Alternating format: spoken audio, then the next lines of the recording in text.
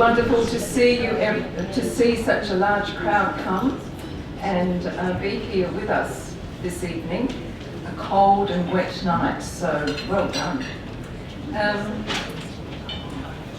And as you find your seats, I'll just invite Mary Ellen Thomas to acknowledge the country.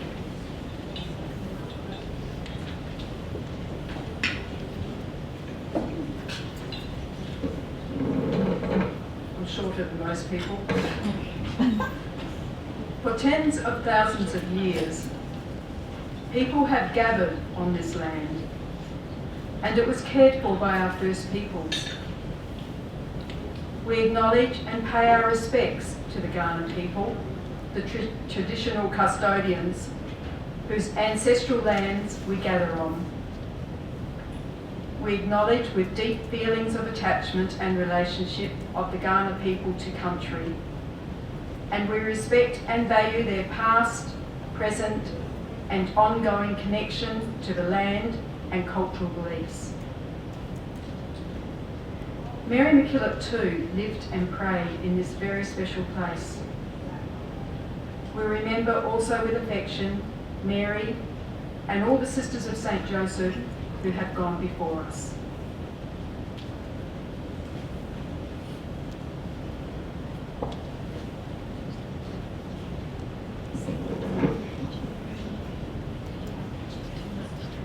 For those that don't know me, I am Sister Bridget Seeper, and as Regional Leader of the Sisters of St. Joseph here in South Australia, I welcome you to this very special event.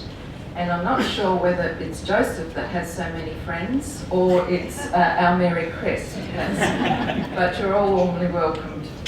A particular warm welcome to Archbishop Patrick O'Regan, Sister Monica Kavanagh, who has travelled from Sydney to be with us tonight, and Hilary Regan from ATF Press. And of course, Sister Mary Crest, the editor of Journeying with Joseph, Josephite Essays for the Year of St. Joseph. We're especially grateful to you, Archbishop Patrick, that you are with us this evening. Archbishop O'Regan is comparatively a newcomer to Adelaide, having come to us from the Diocese of Sale early last year. Yet he is no stranger to the Josephite world, since he received his early education with the Sisters of St. Joseph at Perthville and as priest in the Bathurst Diocese. He worked and walked in places known to St. Mary MacKillop and Julian Tennyson Woods, and he himself became a Josephite associate. So we welcome you, Archbishop, and invite you to give your occasional speech.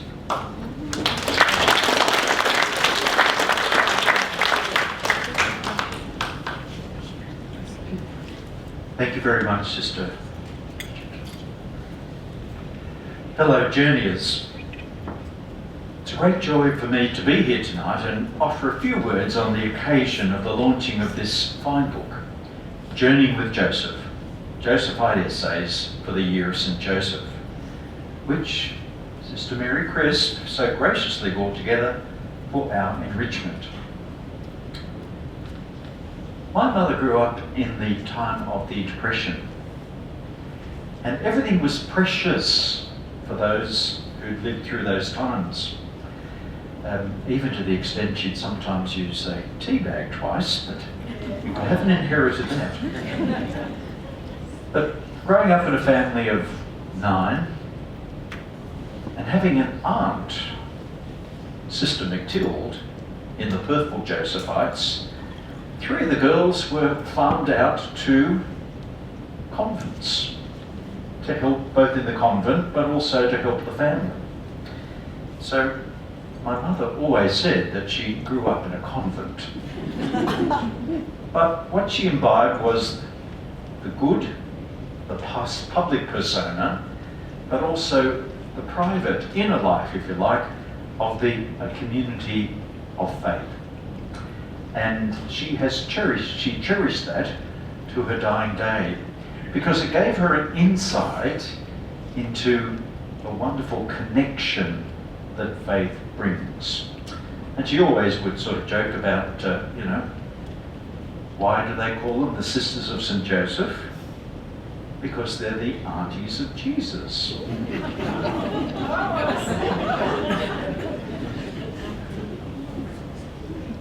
Sense of humour.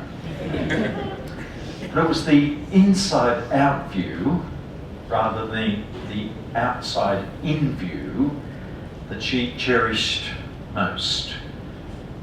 The extraordinary connection and devotion to St. Joseph, even to putting out statues and medals and all sorts of things, which I'm sure are part of the experience of some in this room. It wasn't, my mother went to a place called Coonabarabran, and also the coldest place on God's earth, Oberon.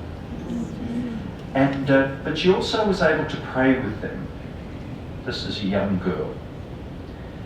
And I think she also, because in some of those places they weren't, the tradition, the Josephite tradition was not to have Mass necessarily every day, or even on Sunday sometimes. But they had a deep Eucharistic attachment and a deep prayer. And she would often talk to me about the saying, which I think is reflected in the book, go to Joseph.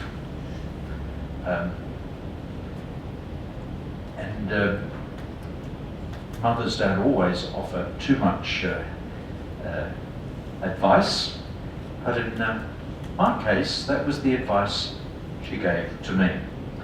So I feel a very strong connection with the event tonight. But let me take you to another place. From Perthville to Paris. Why not? And if you ever find yourself in Paris, indeed, if we're ever able to travel again, make sure you find yourself on the Rue Vaugirard, which, by the way, is the longest street in Paris, and stop outside number 70 and look up. What you'll be looking at is the Church of Saint Joseph de Carme, St. Joseph of the Carmelites.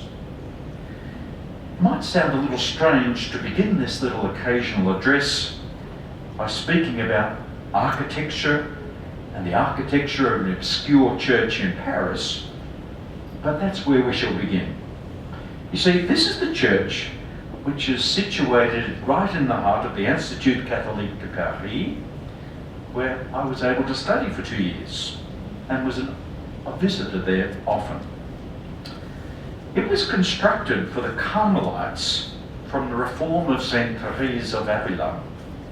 When they came to France, a fascinating study for your next project, Mary, would be the way that the Carmelites have this association with St. Joseph, because there's a deep affection and connection there, but that's another rabbit warren, another book perhaps.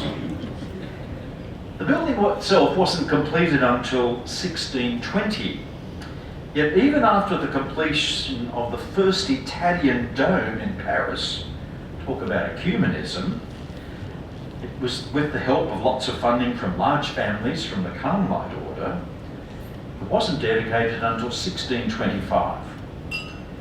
However, it was during the terrible years of the French Revolution that the history of this church took on a totally different role and was the scene of horrific events, because in the August of 1792, the church was turned into a prison for refractory priests, you can look that one up later, who refused to swear allegiance to the civil constitution.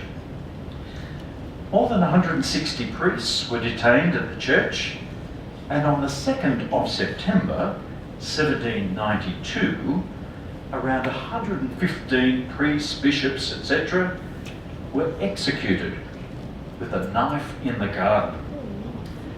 And the relics are still there in the crypt of the church. But strange to say, the crypt also holds the tomb of Blessed Antoine Frederick Osnam, who died at the tender age of 40, who was the founding principal of the Conferences of St. Vincent de Paul. Now, what fascinated me about this church was that it was the intersection point of so many perspectives of the Christian faith. You had the extraordinary intellectual tradition of a university. You had the place of martyrs, the burial place of someone who had, and still does, reach to some of the smallest parishes we have, and also was the focus of a soup kitchen, night prayer vigils, to say nothing about the space where memorable sermons had been preached.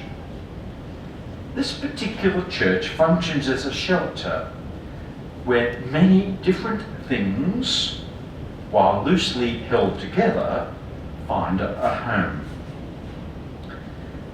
The book, edited by you, Mary, which we launched tonight, acts in a similar manner. Found within its cover are an array of 19. Now, why 19, Mary, and not 20?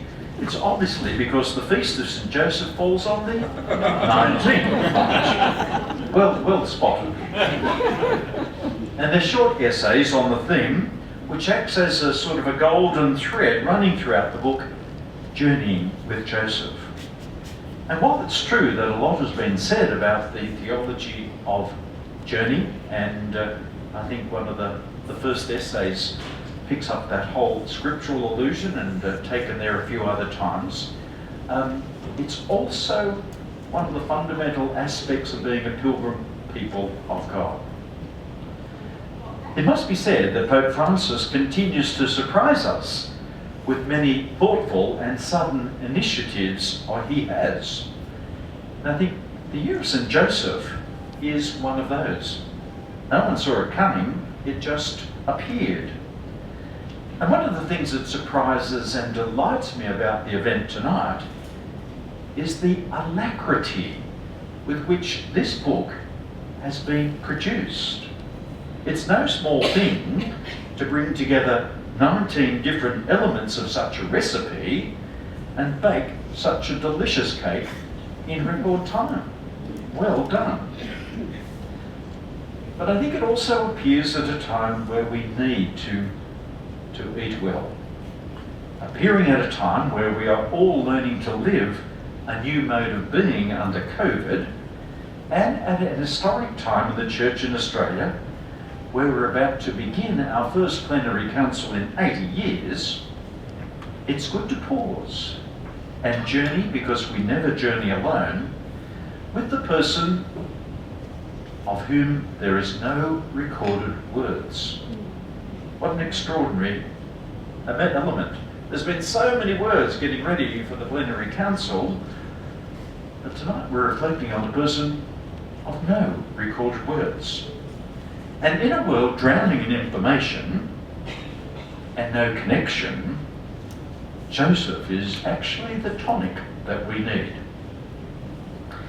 In her foreword, Sister Monica rightly begins by picking up that theme of journey as well.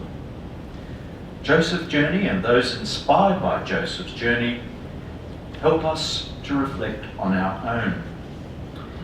In this book, the kaleidoscopic set of images refracted through this prism of journey is admirably demonstrated. So well done in sifting through and, dare I say, discerning what elements that we should put together, and you've grouped them beautifully in your introduction. Because you outlined there the way that your thought pattern was working, assembling all the elements into the book. And I love the image you use of a new form of spiritual bouquet in honour of St. Joseph. The book admirably fulfills this hope, and it is indeed a rich bouquet with some challenging reflections. Here I think she's with us tonight, of Covenant Josephite, Michelle Fairburn. She's around somewhere. Well done, Michelle. Number 13, I think you are. When story leaves a small bruise. Joseph as symbol and challenge for contemporary women. She invites us to make sure we don't cloak the story of Joseph in piety, meekness, and mild-manneredness. This book, thanks be to God, is anything but. The overall impression that I get from the book is about the myriad of ways Joseph is described and the reasons why he ought be imitated. And one of the connecting themes that I felt was the word companion. In all of the essays, we see that Joseph has been a constant companion in the lives of the contributors. They again are not looking from the outside in, but from the inside out. They have experienced what it means to be a companion with Joseph. And that, I think, makes him all the more an object of study, and one more than simply to be admitted, but one to be imitated. Last Sunday, I was at Hanan celebrating the Vesta of San Antonio. And I had a little word to him because I had lost my, not lost, but misplaced, in a safe place, my little statuette of the sleeping Joseph. I thought it's got to be somewhere. And I just happened to be looking for something else. Have you ever had that experience? And opened up a little bag, and there it was. So very propitious that on the feast of St. Anthony, I find my sleeping Joseph. In a world that is very full, in a world that forgets to dream, the image of the sleeping Joseph is a reminder that we are participating in God's work as well. That sometimes in the subconsciousness of life, the work of grace is also at work. And I think that's referenced so many times in different ways throughout the text. So thank you for reminding us that we're not what we do, but who we are in relationship with God. So just as if you do call into that Church of Saint Joseph de Carme in Paris and see there a microcosm of the various aspects of the Christian life under one roof, so too in entering into the pages of this book, we not only find in it a microcosm of Josephite studies, but a real journey with Joseph.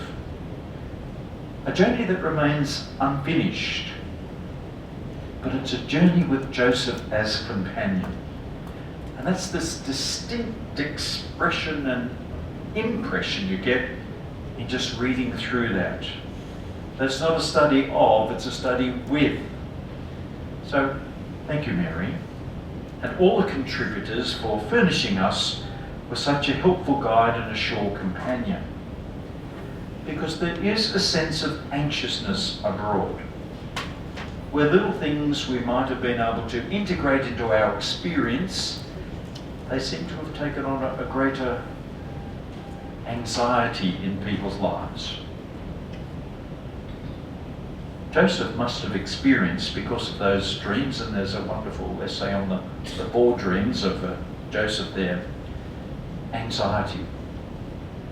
But he didn't let himself become anxious. He was probably a little unsure, and that's why I think the experience of tonight speaks deeply into us helping to understand what has happened in our own lives, our society and church, in these last 12 months. So, well done on the timing, Well done, Francis, for giving us the segue. Well done, you and Mary and Hilary, in getting everything organised in record time. But it's because you've given us new sight into a companion that is always there. So, dear aunties of Jesus, thank you, and let us always go to Joseph. Thank you.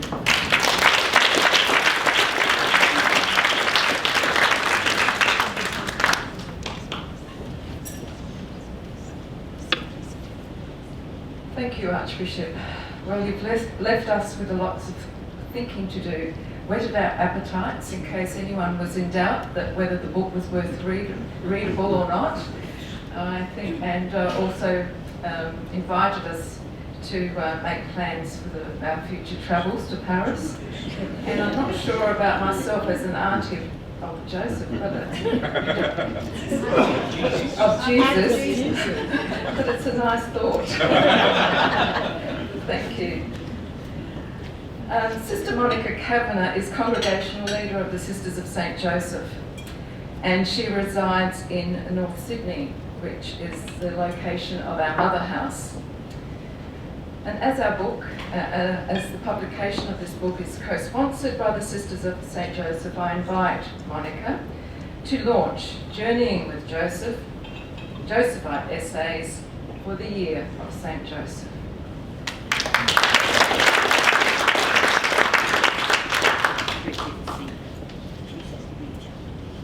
Well, thank you, Bridget, and thank you, Archbishop, for setting the scene for tonight, I think. It's interesting, you and I picked up a couple of the same things. But firstly, and one of the interesting things, I'm one of 10. And I also grew up in a little country town where the Sisters of St. Joseph were very significant. So, but I want to say congratulations to you, Mary, and to all the authors, and particularly tonight to Susan and Michelle, who are here with us, for this book. As the Archbishop has said, it's a wonderful gift in this year of Joseph. It's a rich contribution, and it takes us to the heart of the person who shapes our Josephite spirituality and mission. And I remember some years ago, when I was much younger, we had a lecture, and it said, the clue to who you are will be in your name. And I was thinking, oh, well, it's great if you're a sister of the Good Samaritan, you know where to go in the Gospels. And then I thought, well, there's Joseph. And the first thing that came to me was being humble. And being humble, used to have not a very good connotation in a way. But and I went away and thought about it, and I said, at the heart of the word humility is humus, to be earth, to be earthy people, to have our feet on the ground, and to have a spirituality that comes from living in the reality of everyday life. And I think that's what this book does. So throughout the essays in this book, you encounter Joseph, the man who acted justly, decided courageously, lived compassionately, and walked humbly in our common home, earth. And in your words, Michelle, this book invites the reader to dive deeper into the Joseph story and symbolism. The chapters in this book give us 19 different insights into the person of Joseph.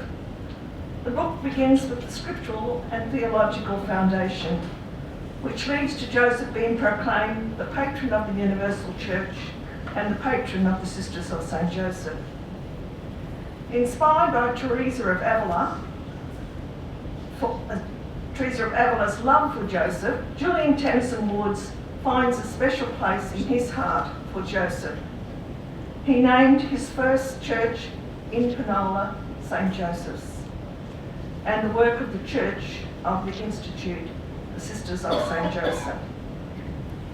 Pope Francis's recent document, Patris Curia, with the Father's Heart, becomes a source document on which to enter the person of Joseph. Years earlier, Mary MacKillop had written her own reflection on Joseph. It was nearly as long as the Pope's. And in it, she refers to Joseph having his quiet humility. And thanks to Mary, when you have an opportunity to read the chapter that Mary actually wrote within the book, you will get to hear something of how to explore that wonderful treatise, really, that Mary wrote on Joseph. So thank you, Mary. And she called it Joseph and Mary MacQuillan, a love story. That sort of fits in with the idea of being a companion. Throughout the chapters of the book, we're taken on journeys of stories which encapsulate Joseph's life as father, educator, dreamer, worker, refugee, protector, and seeker of justice, intertwined in the author's experience, background, and areas of interest. While I treasure the work of all the authors in this book, tonight I would particularly like to share with you the gifts offered to us through the women from the Centre West region of the congregation who have opened up the gift of Joseph in this special year. I express to you, Mary, my appreciation for accepting the challenge of bringing this work to fruition. Now I know I'm not too sure whether it was Hilary's idea or your idea, but between you, you birthed something fantastic. We'll sort that one out later. First of all, finding 19 people to actually say yes was an amazing achievement. Then you developed a framework, and when you get a chance to look at the book, you'll see it's got in 3 sections of the books. And then even more important was the work you undertook in editing the book. Mary, we're proud of you and what you have achieved in this special year. Yeah, let's do it.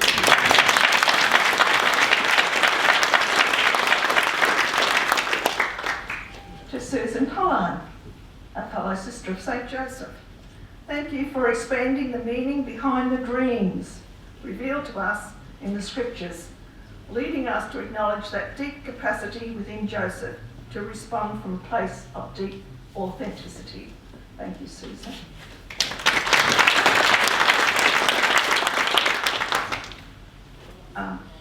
I'm sure that the leaders in school communities, have we any teachers here tonight? A few.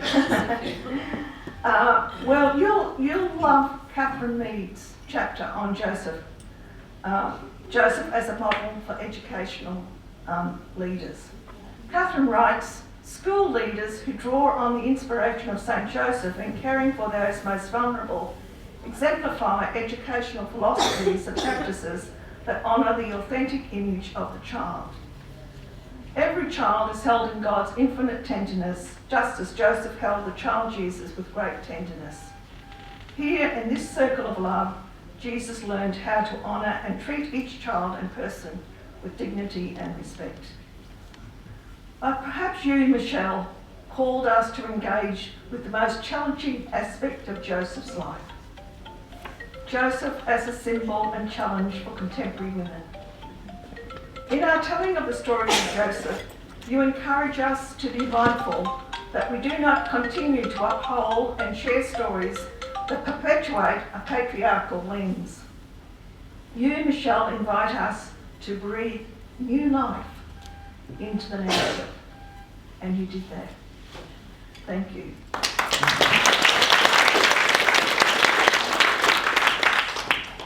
As you enter the section entitled Joseph's Cultural Outreach, you find how those within different cultural contexts find a way into the Joseph story. I must say, words within the gospel story took on new meaning and relevance as I read these accounts. I loved how Sister Noel Goodwin, another member of the Centre West, connects Joseph, the man of tradition, to the experience of our Indigenous brothers and sisters. There is an immediate connection for them between Joseph, who knew his Jewish cultural traditions, and their own understanding of law, traditions, and culture. Noel shares one story in the book of an Indigenous man who came to talk to a religious sisters in the Kimberley about the Christmas story. What struck him as right and normal, and more important than the rest of the story, was that Joseph took Mary and the soon-to-be-born Jesus to his home country, to share the country with his son, to share the holy places, the holy traditions, to tell him the stories of these places and what they meant for his tradition. He noticed Joseph engages in those aspects of the Jewish tradition which are of significance. Going to the temple for the purification, Jerusalem for the feast of the Passover, just as the Indigenous people of Australia pass on the traditions and rituals and culture. In the Fiji culture, it is the connection to village that opens the story for them. Mary and Joseph took Jesus to live in the village of Nazareth. Village life is important to the people of Fiji, and we recognise Carmel Pilcher's contribution and connection with this story. In Peru, returning to the place of your birth to vote in election connects the people to Joseph going to Bethlehem for the census. For the Maori people, the fact of Joseph belonging to the tribe of Judah is significant. It signifies that he's a tribal person, so important to their cultural context. The Vietnamese, Peruvian and Timorese experience of Joseph reminds us that Joseph has been their protector long before he was declared patron of the Universal Church. Gertrudis de Silva, a covenant Josephite living currently in Timor-Leste, reminds us that the Gospel tells of Joseph living in a country that was invaded by the Empire of Rome. How familiar a story for the people of Timor-Leste, who had lived life by being invaded until 1999. There was also a deep sense that the story of the massacres that have taken place in their country connects to the story of Matthew's Gospel of the massacre of innocent children and the need for Joseph and Mary and the child to flee their country, just as many Timorese had to do for safety. In and through this story has always been the deep realisation that Joseph was there as protector of the Holy Family, just as he continues this protection among the people of Timor-Leste. In Vietnam, Joseph is the great protector, protecting the people during the years of the Civil War. I got a whole new insight by just picking up those cultural things that they picked up in a word. It was amazing. So look forward to reading that part of the book. And I was just thinking myself, yesterday I had an experience, and I guess this is a personal story, or at least a story for all of us as Sisters of St. Joseph. When we were young sisters living at North Sydney, one of the tasks we had to do was to look after the Josephs who came to the door. Yes. And they would be given food and encouragement and everything. Over these last 18 months, I every now and then go down to the physio, and sitting on the street is a Joseph. And yesterday, Joseph died. And it had someone had left some beautiful flowers and it had on it, he was someone's son. And I thought that's really what Joseph did. He cared for his sons and he looked after him. And I'm sure there were many Josephs that he reached out to in his life as well. So as you read and reflect on the essays in this book, I hope you discover, like me, some new ways of seeing and hearing the story of Joseph. Images and words such as cordial, and I'll let you find out about that one, holding, capacity building, resting with God, being entrusted with a God-given mission, and the importance of connection in daily life are all unfolded in these pages. May you meet and experience Joseph, the deep listener, the courageous, just, humble, obedient, tender and silent one, as you find the wisdom on the pages of this book. This is a book. It's not a novel to read from beginning to end. It's a book that you need to take, read reflectively, chapter by chapter, and let it sink into your heart. So with these few words, I now formally launch the book, Joseph, Journeying with Joseph, Josephite Essays for the Year of St. Joseph.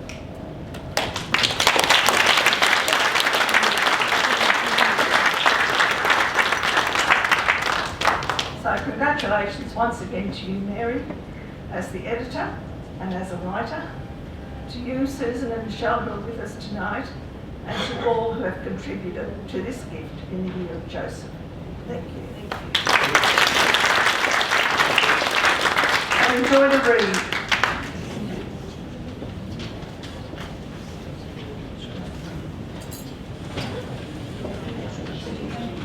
So thank you, Monica.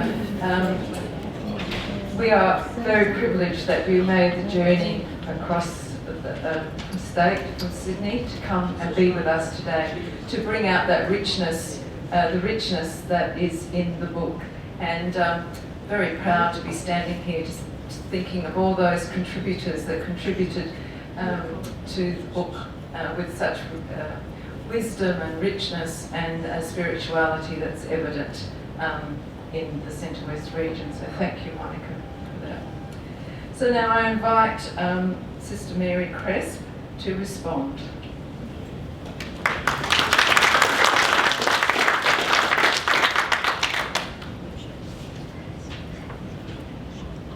Thank you. It's born. The author Patrick Warburton, known by his pen name Lemony Snicket, says, "There are those who say life is like a book, with chapters for each event in your life and a limited number of pages on which to spend your time. But," he says, "I prefer to think that a book is like life, particularly a good one, which is worth staying up all night to finish." Well, I don't expect that you'll be staying up all night to finish this book, Journeying with Joseph. But I can imagine people dipping into it to read a chapter on a particular topic here and there and for particular occasions, or to gain some insight. And so it's more like what the Canadian novelist Robertson Davies said, "A great book for you is the book that has the most to say to you at the moment when you are reading. I do not mean the book that is most instructive, but the book that feeds your spirit. And that depends on your age, your experience, your psychological and spiritual need. And for this reason, I hope you'll find Journeying with Joseph a great book, one that feeds your soul and invites you to enter a world that goes beyond immediate concerns to introduce you to characters who inspire and fill you with hope." So thank you, Sister Monica, for launching this book into the community, and I appreciate your making it available to our sisters and for your appreciation of what each of the contributors has given. Thank you, Archbishop O'Regan, for giving people here a taste of what they might find in its pages, and I particularly appreciate your appreciation of Joseph as companion. That's, I think, something we will take away. Thank you, Hilary Regan, for daring to suggest that this book, and that's the way it came, the chicken before the egg. Hilary rang up and suggested that the book be written, and he undertook its publication. And just a few days before Christmas, by the way. You ensure, Hilary, that the Word of God is continuously expressed in today's language and in different circumstances. And I thank you and your assistant for all you've done. And they say it takes a village to raise a child. Well, look at all the people who are needed to raise a book. Besides those already named, there are proofreaders at all stages of production. And so I thank you, any of you who are here tonight, Jen and others as well. And of course, I'm not the only one to give birth to this book. Those who wrote the articles, including Stu, as has been mentioned, Sue Pollard and Michelle Fairbairn. In partnership, we have mothered its essence and character. So I thank you. And I'm mindful of those who made our gathering here possible. Thank you to Sister Christine Schwert, who now has meatballs coming out of her ears and little cakes invading her dreams. We're really grateful, Chris. And there are people who moved chairs and tables to set up this room and then to decorate it. Then there's Sister Mary Ellen Thomas, who's attended to the COVID requirements and is overseeing the organisation of tonight. And then there's a Chris and an Anne who have greeted us and have attended as marshals and have been of service to us all. And thank you, Bridget, our regional leader, for being MC tonight. Finally, thank you, friends and guests. You've made this gathering a kind of baptism for the book as we send it out to do its thing in the world. When he set aside this year to honour God's work through St. Joseph, Pope Francis expressed the hope that ordinary people would find a friend, a companion, in St. Joseph. Joseph, like most people, lived in the shadows and yet played a critical role in Jesus revealing God's total love in human form. So I'm hoping this book will be an extension of St. Joseph, and it will do the same. It's a work that is simple and ordinary and yet contains a word, a message within it that can play a significant part in the life journey of its reader. Thank you.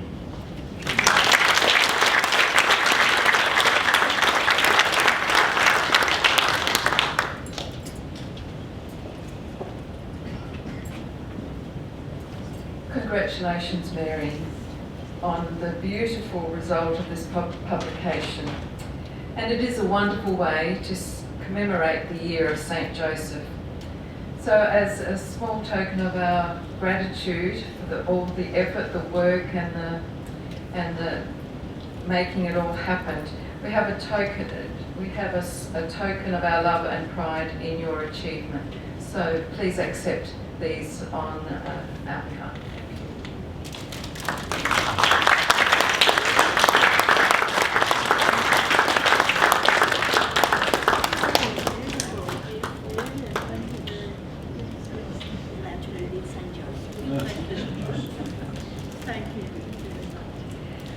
We also have a little recognition for Susan and Michelle, so if you'd like to come forward too, as a token of our appreciation for your contribution to the book, and have something.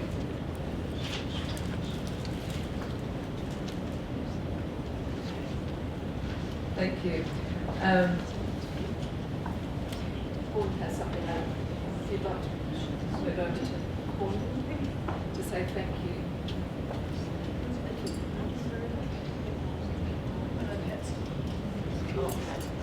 And Pat.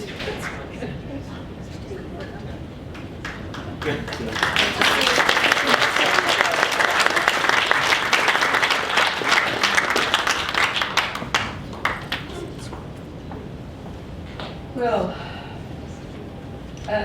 Journeying with Joseph is part of the Josephite series of books published by ATF Press under the leadership of Hilary Regan.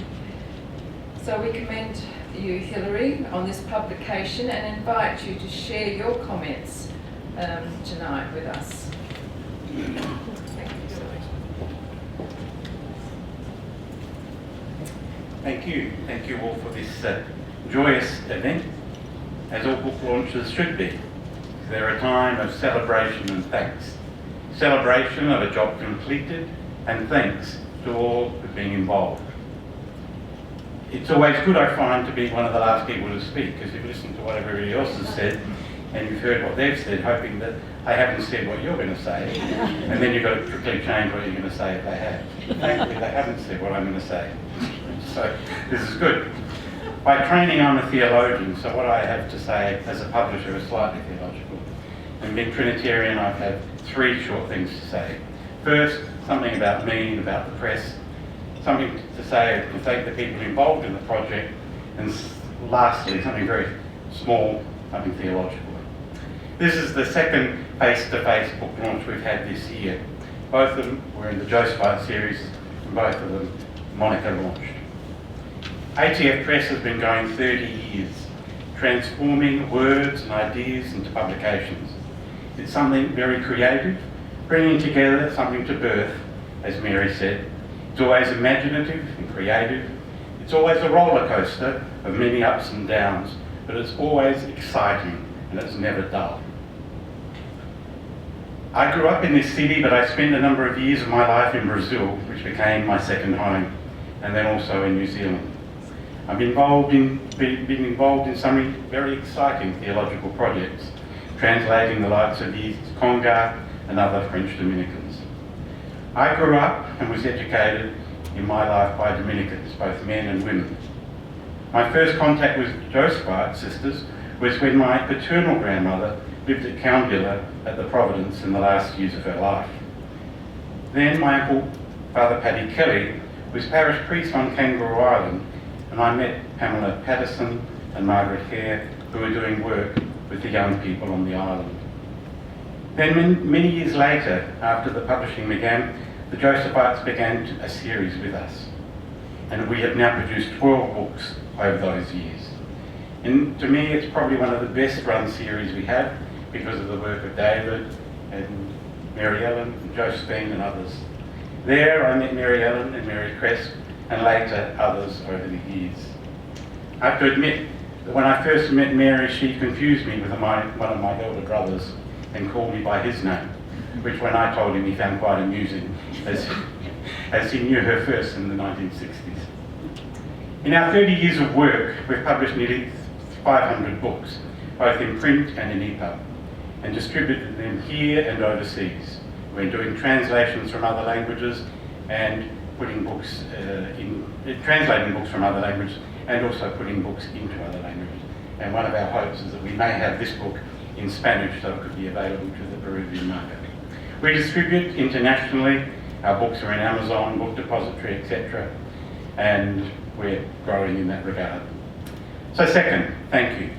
Thank you to Mary and the Josephites, the people who have put this event together here tonight, and to Mary especially, and the writers, some of whom who are present. Various proofreaders, who Mary has mentioned, those who've checked and rechecked, the cover designer, Surya, the layout people who we work with in India, the person who did the indices, Gabriel, who was going to be here tonight but couldn't be, to Lightning Source, our publisher, and those who've undertaken the freight, and those who've undertaken these banners for us. These, and then of course David and the History Committee, which has brought together this book in the series. These all play a significant role in this project and all projects, and they need always to be acknowledged because quite often we forget the little people. I need also on this occasion to acknowledge my wife, Sally Knox, who's here helping sell the books. For more than 20 years of our marriage, she has supported this work in many ways, but most significantly in allowing the two of us to live off her wage, as for many years the ATF has struggled financially. Without her commitment and financial support, the ATF would not be able to reach the position we now are finally reaching after 30 years, and we are now more self-sustaining. Something slightly theological. Our tradition and scripture tell us that God is love.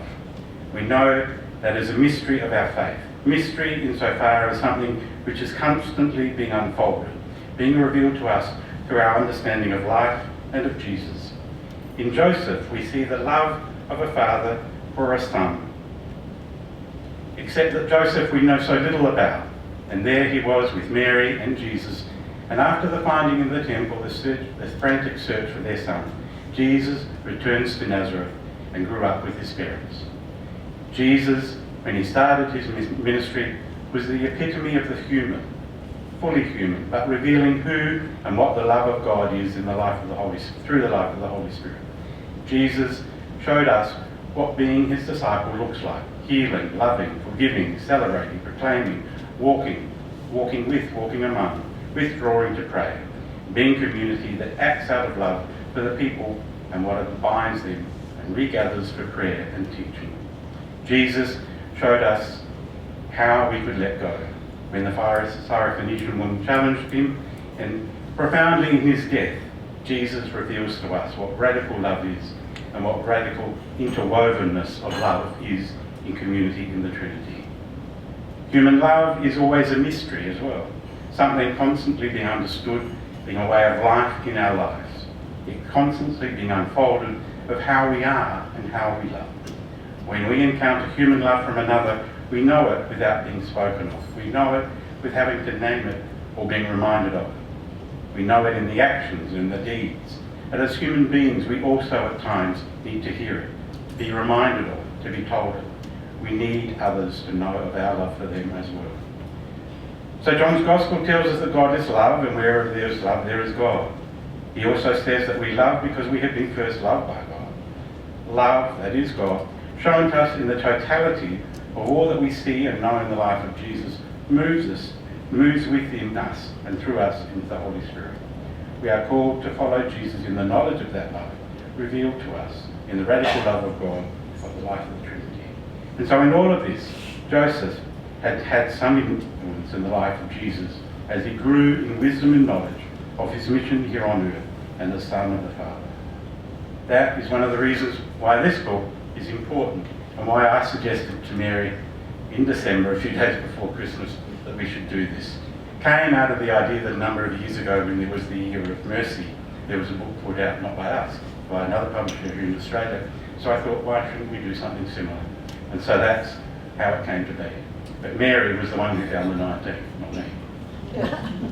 The book is available here for sale at a special price. It is also, there are other books in the Josephite series that are here. Finally, I'll be finishing, we developed a bit of a ritual over the last few years where we formally hand over the book to those who have put it together. So, being the true feminist, I'm going to start with the ladies first. Hand over to Mary a copy of the book. And to Monica.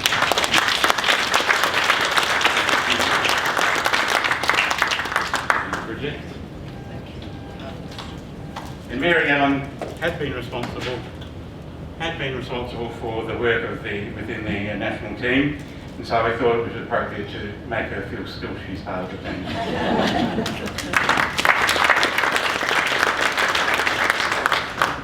And to Archbishop Rodriguez.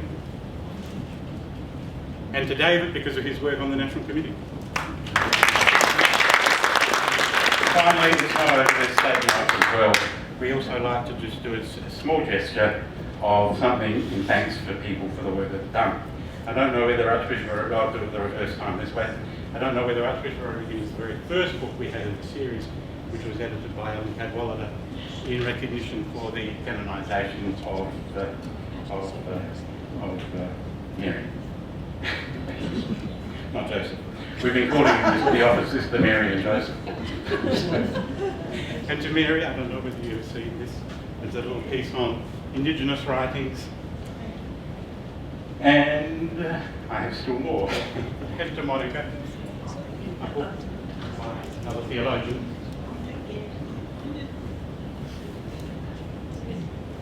And that's it.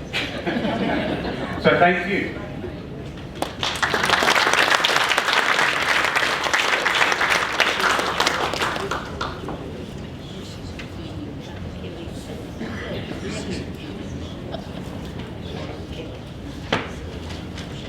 Thank you. We began the book, Joseph, is a book put together of a man who spoke no words, or recorded. His words have not been recorded, but certainly this evening we've had many powerful and wise words. And I just think what Hilary left us with, perhaps we can just spend 30 seconds, perhaps just recalling what Hilary presented to us of his theological thoughts.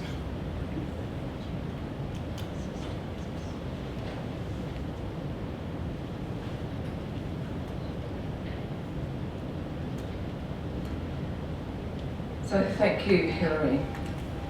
So the official part of this evening's launch is now concluded, and love you to continue enjoying each other's company and the refreshments which will be coming out. As you have heard, Sister Christine has been busily rounding her helpers and baking for the last couple of days, so please stay and enjoy. To the three, and our three South Australian contributors to the book, Sister Susan Pollard and Mary Crisp, and our Covenant Josephite, Michelle Fairbairn, are happy to sign a copy of your book if you'd like it signed. So thank you, and enjoy the rest of the evening.